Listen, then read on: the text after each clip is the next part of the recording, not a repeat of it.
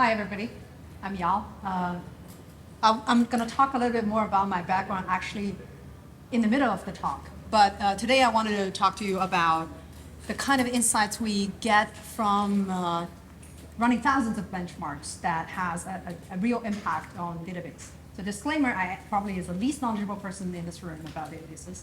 But as you will see, there is some common infrastructure that is underneath all the applications we care about, including databases. And here we're able to make a difference by applying that kind of expertise. So first I want to open with a question, and you don't have to answer it. And in fact, I'm not going to answer it. Just want the question to be there. Do you know, if you run a database, if you've ever used a database, do you know what happens at the network level at peak when you send it a lot of load? Do you know if it drops packet? Do you know what metrics that corresponds to? Do you know what impact when the database, the services drop a packet? So keep these questions in mind, because if you have never thought about them, then hopefully what I'm going to tell you is going to help you in some small way, because we'll show you questions like this actually sometimes matter. All right, so we're in the Computer History Museum, and there cannot be a better venue for a database summit than this, because databases are some of the earliest applications or workloads, right? The development of databases and operating systems and even hardware are very much intertwined. And over time, as much as computer architecture, hardware, operating systems evolved, so has databases. Even though we still pretty much have the same interface as we had 40 years ago, under that simplicity of that abstraction, things actually have changed a lot. We didn't used to have distributed systems, right? Deployed as a single database. But now we do. Almost all the new SQL databases are very complex online distributed systems. And that has implications. So as we will see, we'll talk about what implications that has. So modern databases are complex distributed services. And here I am shamelessly stealing TiDB's architecture diagram to illustrate the point. As you can see, there is a control plane and a data plane. Within the data plane, there usually is a separation. If you're doing this right, if you want to build a scalable and flexible system, then what you would do is you would try to separate the compute layer from the storage layer. And furthermore, within the storage layer, you may even want to use disaggregated storage, right? So not instead of running on local SSD here or local disks, there's the option of using something that is attached to the network, which gives you infinite scalability and almost infinite scalability and really a lot of flexibility. But the flip side of that is basically nothing is simple anymore, right? The resource is not local. The network is not dedicated to your cause. There's very little control in some parts of this diagram. You may not even see what is happening in a shared infrastructure. But somehow your service sitting on top of all these complexities has to function flawlessly to answer pretty stringent online requirements. And that is not a small challenge. So what I want to call to people's attention to is, despite the core of how a query is executed in concept has not changed, right? All the query optimization, et cetera, those are things that all of you probably know way better than I do. But underneath, I think one of the most profound transformation about modern databases compared to the older generation of databases are how they are put together as systems. So if you look at each of those individual nodes, like TiDB instance or TiKV instance, none of these are simple boxes. It's deceptive, right? These are multi-threaded applications running on multiple cores, and they're to maximize throughput, all the execution, like individual tasks in these applications are actually executed asynchronously, so you can reuse the same underlying kernel or hardware resource to do the most stuff. But coming with asynchronous tasks is very complex scheduling algorithm at every level, right? At the kernel level, within the application, sometimes if you have to accommodate multi-tenancy, like people will have different requirements like SLOs or different types of data they're sending to you. And then you need to be both equitable, like it needs to be fair, but also has to be meeting individual requirements of these different workloads. So there's enough complexity in every single node in this picture. But that's not all, right? Like you still have to put these individual instances together. They have to work together to fulfill a single transaction coming from the user. Have to traverse multiple of these boxes in different layers, and they have all come together to fulfill each request. So that means a lot of communication, which typically is RPC-based. So one service is talking to the other service through the networks, through the OS, and the data might not be local. Data might be somewhere else. So the question is, if you have, like database workloads sometimes can be quite heavy, right? So there's a lot of processing happening just to get the query executed correctly. So all of these things, communication over RPC and scheduling and running on different cores, doesn't matter. Like, is it something that you can sort of, for the most part, brush aside, or is it something that can actually get in the way of getting the important work done? And of course, like most engineering questions, the answer is it depends. But there are definitely scenarios in which the system overhead becomes extremely dominant. So my background is actually from distributed caching. What caching is like basically database light. So if you don't want to deal with any of the hard problems in databases, you run toward caching. You say, I don't need consistency. I don't want to deal with storage. Right, I do not want to deal with all these guarantees that the database has to provide. Like data doesn't even need to be there; it can be evicted. So that's caching. Caching is the easy part. But what caching tells you, or tells me, is when things are relatively easy, right? Which is true if you have single point lookup, right? If the query is actually quite simple.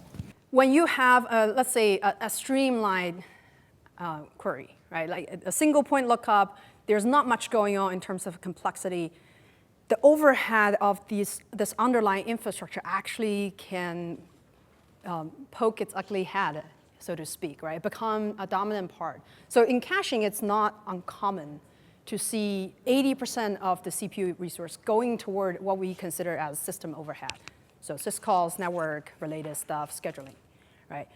While I don't have the number for database because I haven't tested enough, I can imagine at least in some scenarios, the amount of resources or the amount of time dedicated to doing these things that are ultimately uninteresting from an application point of view actually is eating into your budget and eating into your time. So it is worth paying attention to these things. At least you should know how much of this matters for your particular workload. The other thing is sort of the uncomfortable reality about anything that is a distributed systems is it's not even in a common case it has to be bad, but it's almost always bad in the unhappy cases, right? So the kind of things like packet drops, network delays, and also scheduling anomalies, they will dominate the tail latency. So if you have an application that is sensitive to tail latency, and what will be an example for that? If you have a very wide fan out, if for every query, for the execution of every query, you have to fetch data from a lot of locations. There's this famous paper called tail at scale, and the phenomenon is basically when you have to go to all these places together, small bits of data, and put them together, now what used to be an unlikely event becomes a far more likely event. So the tail latency creeps into the top level latency that you really care about because that's what your user will see, becomes important. So just keep in mind whenever there's distributed systems involved, you need to care about tail latency because they are almost always bad. So you just need to know how bad it is. All right, so here is where I sort of say a little bit about why I'm the one here to talk to you about this. So as I said, I worked on distributed caching, and that is sort of what got me interested in systems performance because there's not much going on in the application. It's all systems. So from there, by the way, I should say, I worked at Twitter for 12 years. So I will accept your condolences about whatever happened. But in the second half of that tenure, I put together a performance engineering team with the goal of helping individual service teams within Twitter to improve the efficiency and the performance of their services, especially online services. Right? So what we ended up doing is it could be an ML recommendation system. It could be a core web server that is handling the most important data set that company has. Regardless of what the application was trying to do, we noticed there were patterns that underpins all of these, right? They may be doing scheduling or allocation incorrectly and ends up paying a high price for the common systems problems. And we were able to address a lot of those problems with very little understanding of what is actually going on in the application. So we started the company essentially doing this after Twitter. So what we built is we have our own test automation solution, which we call Systems Lab. So think of it as a job scheduler, right? Like Aura Mesos, like Kubernetes, but it's a special purpose scheduler. It only tries to allocate like performance test type of jobs. It doesn't try to scale out to like thousands of instances, right? So, but what it does know is how to coordinate different parts. When you have a client-server benchmark you want to run, one of the most basic requirements is the client probably should start sending load only when the server has been stood up, right? Like synchronization problems, simple things like that, that's taken care of. The other aspect of it is, so I'm not sure how many of you have tried to do performance analysis and how many of you regularly use observability. General purpose observability actually is very bad for doing performance analysis because it doesn't always collect, for example, utilization metrics that you care about. It does not tell you a lot about what is going on, right, in terms of hardware, in terms of kernel activities. So you have these like basically health metrics or application metrics, but it's very, very rarely does general observability tell you what is going on in the system. So we also have a project for that. So actually, let me go over this one. So we built the scheduler, which take configuration as code, so task becomes repeatable. It's not just living in your bash history on your own computer. We also took one step further, say it's easy for us to run a bunch of tests that are all similar, right? You may wonder, should this value be 1 or 2 or 3 or 4? If you can just try them all, then you can see it. You don't have to have the perfect guess in the first try. And also, we want to measure everything, so we have an open source project called Resolus. If you go to, we actually started this at Twitter, but we fork it and we maintain it now. What it does is it takes advantage of the latest kernel advancement in observability, especially eBPF. How many people here know about eBPF? Great. So majority of people know, right? Basically, you have this now flexible window into the kernel space. If you instrument the correct place in the kernel, you will be able to measure both like how many times a particular kernel function is invoked and how long it takes. So that really expands our ability to understand what is going on under the hood.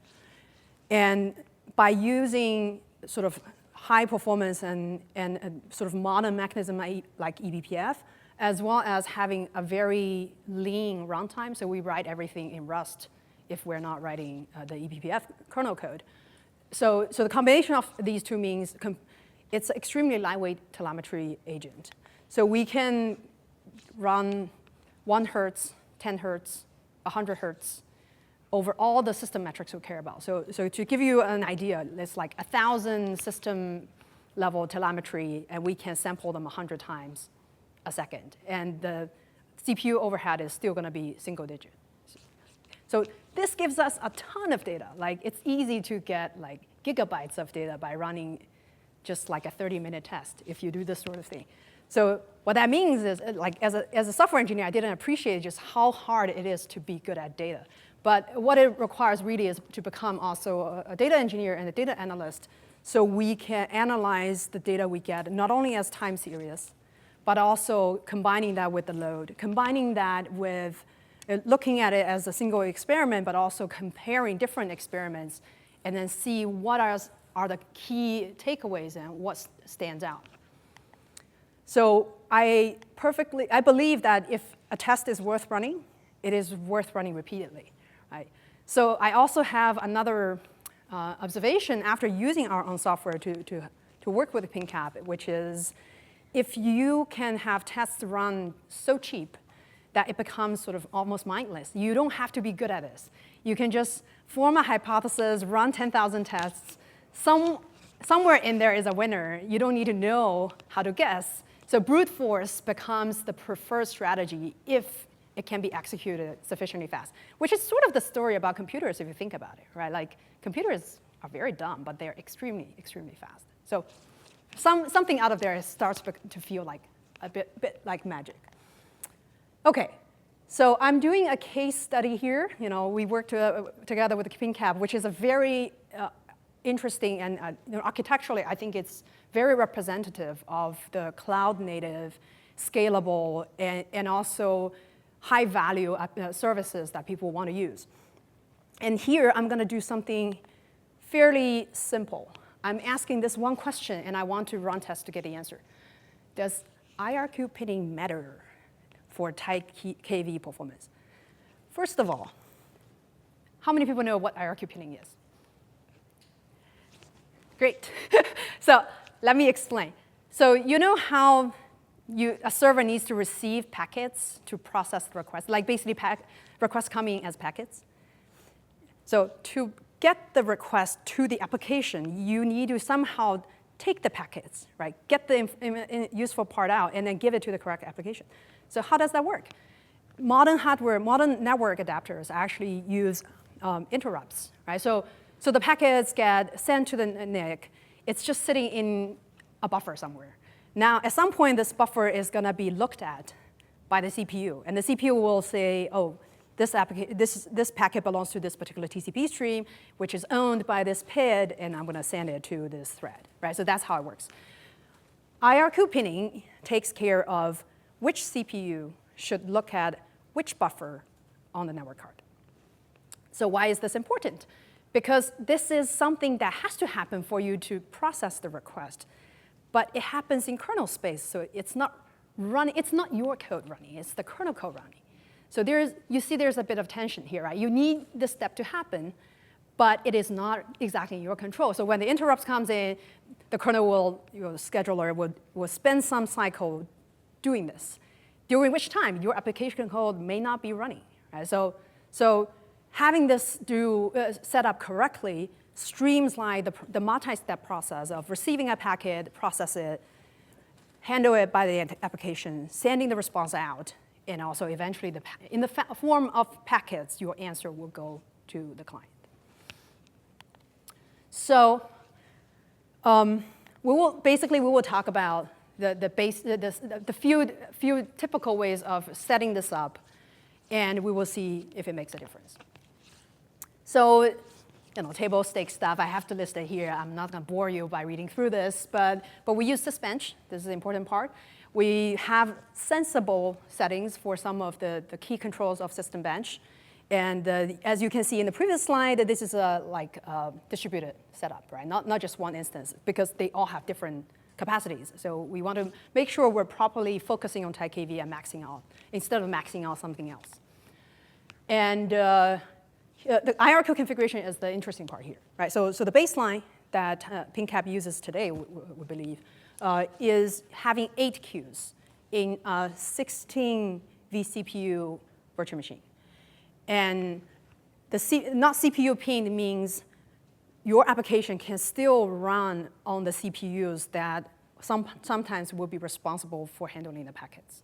So which means when the packet handling is happening, that CPU is not processing, it's not running TiDB logic, right? And we're saying, what if instead of having 8 queues, we have 1 queue or 2 queues or 4 queues? And because we're having smaller number of queues, the strategy is we will dedicate that particular CPU to handle just the packets.